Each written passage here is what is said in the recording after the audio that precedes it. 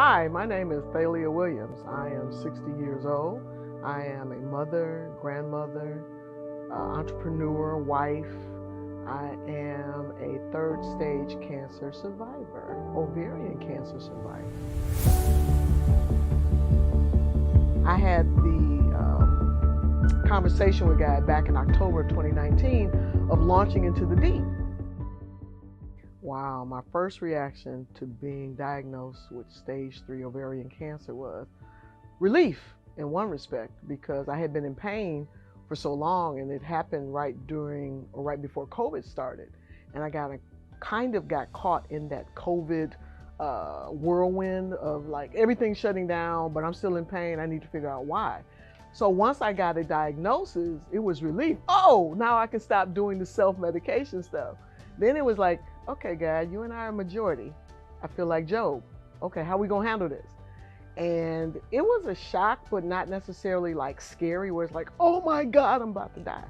It was like, okay, we're on this journey now. So obviously you have something very special for me. So this is Satan's way of trying to get me taken out. I'm not having it. What we gonna do? How we gonna roll? And that was the attitude I had when the doctor first told me. Oh man, the reaction from my family and friends, they were shocked. They were like, what? You? Of all people? You know, one person in particular, her name is Joy Ware Miller, was paused on the phone for like 10 seconds. I had to think, did she drop the mic or what? But she was in a state of shock. And she immediately went into prayer. When I told my daughter, she broke down and cried. My husband was like, oh, baby, I love you, don't go. I'm like, dude, we got this. Me and God, we're a majority, right? So mostly everyone was in a state of shock about it. Once the awareness of what was really happening to me or about to occur, I was like, okay, well, I need to know what I need to do. I had one tiger, her name was Lauren, who came in and basically overtook my whole lifestyle of eating and things of that nature, which helped quite a bit.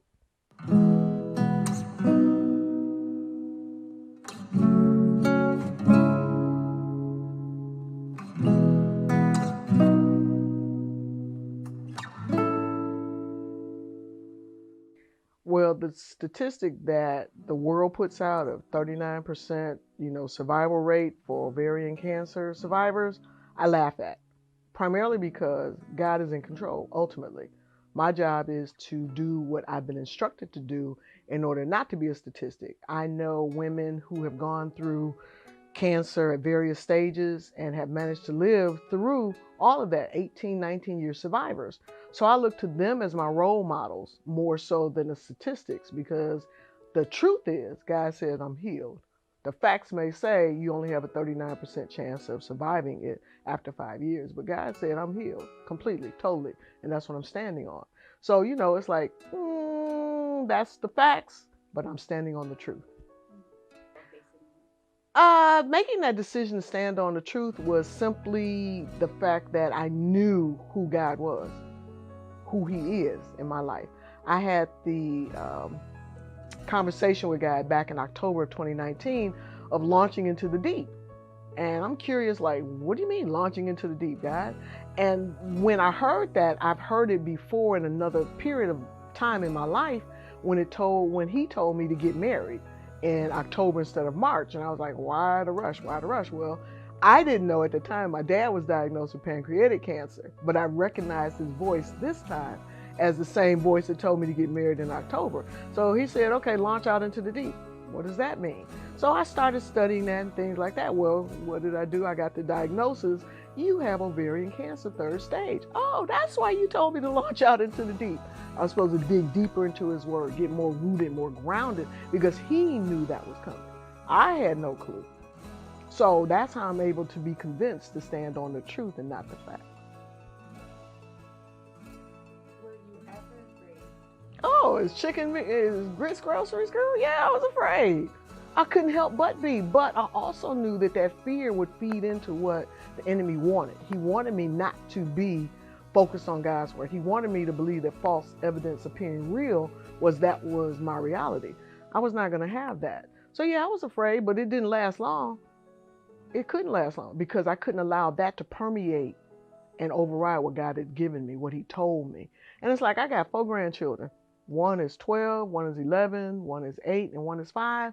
They were my motivation for living. It's like, wait a minute, the 5-year-old, I had to see him graduate beyond kindergarten. I need to see the 12-year-old graduate from something besides high school. So God, I need to live. There's a purpose why I'm still here. Cancer is not a death sentence. It's an opportunity to do better. It's a second chance.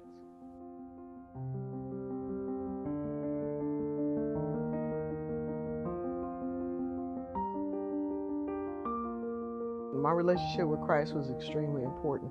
I firmly believe if I did not have the anchor that I had when I was first diagnosed, by the other trials and tribulations I had gone through my life, recognizing that God is sovereign. He's in control all the time.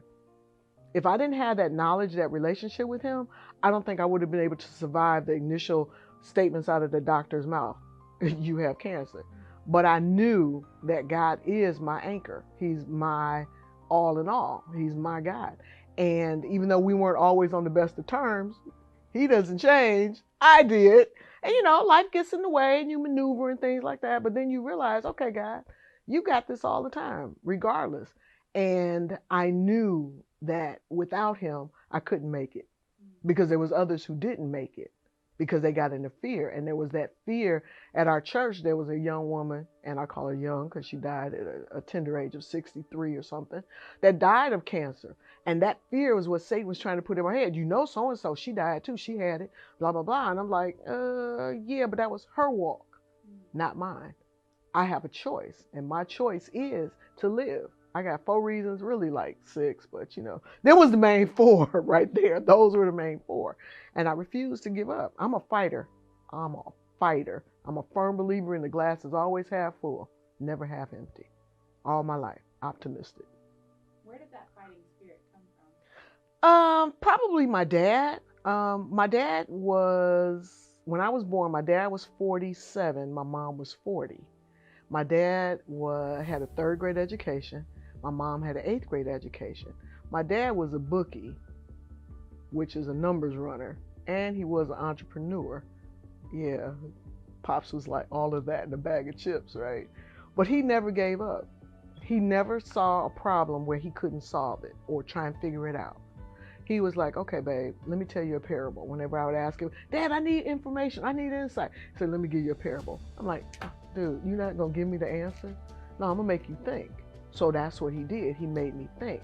So that gave me that fighting spirit, because there's a solution to a problem. I just have to think about it. How do I solve this problem? Don't have time for the emotion. Let's get the problem solved. Did anything in your lifestyle change after learning the news about having stage 3 experience? Oh, yeah. 1, I had to forgive myself. I had to get rid of bitterness. I had to forgive other people. Then I had to eat like I had some sense. Because I ate like I didn't have no sense, because I was stressed. And a lot of the stress made me eat the wrong things at the wrong times. I can tell when I get stressed when I eat chocolate, chips, and soda, all like in a row. And it's like, okay, that's underlying stress. Well, that was kind of like my lifestyle, and fried chicken and everything like that. So I had to literally give it up. I gave it up cold turkey, because this tiger called Lauren came in my world and went, woof, we're going to get rid of all of that.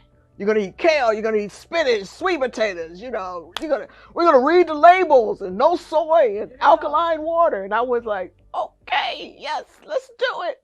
That led to a dramatic change in how I ate. And I really do firmly believe that input from Lauren gave me the ability to withstand the chemo treatments that I had to go through, the surgeries that I had to go through. It helped prepare my body for what was the onslaught that was about to take place. And I was hesitant to tell her. I told her mom, Joy, is like, I don't want to tell Lauren. She's got so much on her plate as it is. Joy was like, you need to. I was like, oh, okay. And I fought, but I did. Lord knows what he was doing. He's like, do it.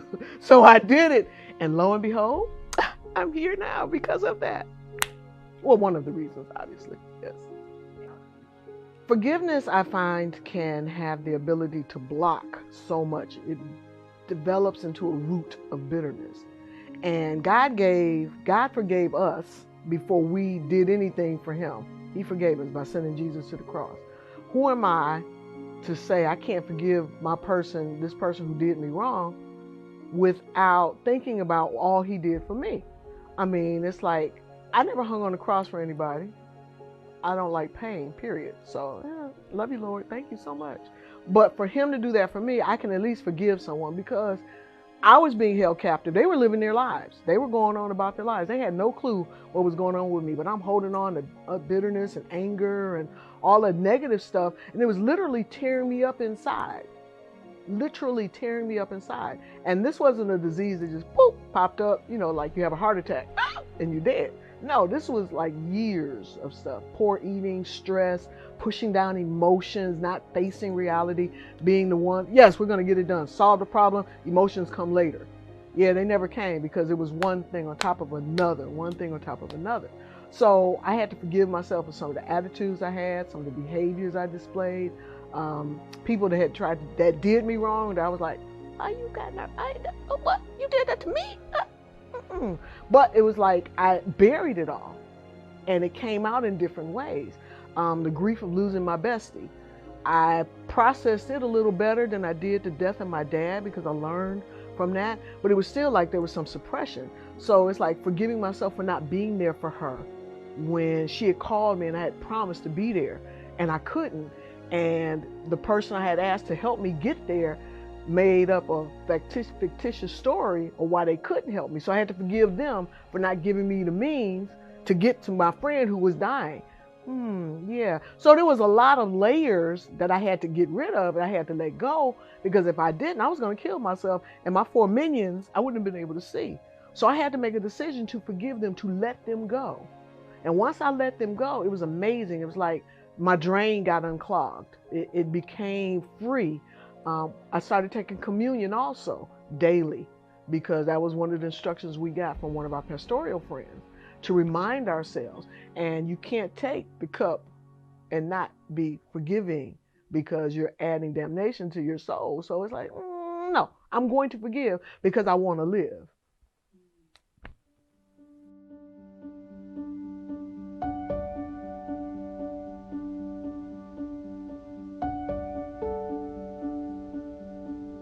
Your first reaction to being told that you were cancer-free? Girl, my first reaction, child, I was like, are you serious? You really mean that, doc? Don't be lying to me now. She's like, nope, we got it. We got it. It's all done. It's all gone. You can do your maintenance treatments. I say, what's maintenance treatment? Say, well, we'll just give you these drugs. And so I'm like, nah, girl, we ain't doing no more drugs. None. I'm done. I'm cancer-free. And then I left the doctor's office, and I sat in my car and cried. I cried. I was supposed to go to Florida for my 60th birthday, right? And it didn't happen because the last chemo treatment was in that same month. So I was just basically couldn't go nowhere. It's like, let me just get to my car and get home. Well, when I had the treatment and the doctor's like, yeah, you'll be able to go. I was like, nah, my body didn't allow it. And then COVID was still kind of crazy. So when I got the news I was cancer-free, it's like I'm booking my trip to Florida. It's on the calendar. This year is it. After the first initial shock of wearing off that I'm cancer-free, and I was told that, and I went to my car and I cried. I dried my tears so I could drive. You can't drive with your eyes watery and stuff like that. I went home. I called my daughter and told her, hey, the doc said I'm cancer-free. I was like, okay, stop screaming in my ear, please. Thank you so much. I appreciate that. Yeah, okay. And then I went home and ate a steak. Because it's like I had been denying myself all that time. So I went home and ate me a steak. And it was so delicious. It was a ribeye, nice and tender. Yeah. But I don't do that too often because I know that's not healthy. That would bring back on potentially those symptoms again. So me and red meat, we're not as tight as we used to be every now and then. But yeah, but I did eat me a steak. It was good. Anyway. My life now since beating cancer is A, to stay healthy. B, let people know that God is still real. He's not a respecter of persons. He's a respecter of faith. I am a living testimony, witness of His mercy, His grace, his healing power, the fact that I'm just an average Joanne, Joe, however you want to phrase it, that has no special powers, no title or anything like that other than child of the King, that he is able to still heal. He hasn't changed. He's the same yesterday, today, and forever. So if you are willing to believe and walk the walk, he's able to do it. And my thing is to let everybody know I am a living testimony. I have an 18-inch scar that reminds me every day that God has healed me. I have a port still in my body that's coming out in June that is going to remind me of his faithfulness. Every time I wake up, it's a miracle to be able to be in my right mind. Because there are folks live right now that are alive, but they're not in their right mind. But I can open my eyes, I can see, I can blink, I can touch stuff, I can recognize letters and colors and numbers. I can recognize where I am, what day it is. That's a living testimony of God's goodness, his faithfulness. He's not a respecter of persons. He's a respecter of faith. So my job now is to be an instrument in his hand to let others know just how good God is, just how faithful he is, how much he loves you. Because there's no other way that you can survive this life in this season without having that knowledge that he loves you, and he loves you because he died for you and he rose again to give you life eternal. So I'm like, yeah, let's do this. I got a second chance. Let's make it work. Oh, I'm sorry. I'm so excited. And I just can't. Anyway. I was If you are battling cancer right now, I would say to you, forgive yourself, forgive others, get rid of the anger, get rid of the bitterness. Whatever they did to you in the past is, guess what, in the past. Hindsight is 20/20 vision, but you have to look towards your future now.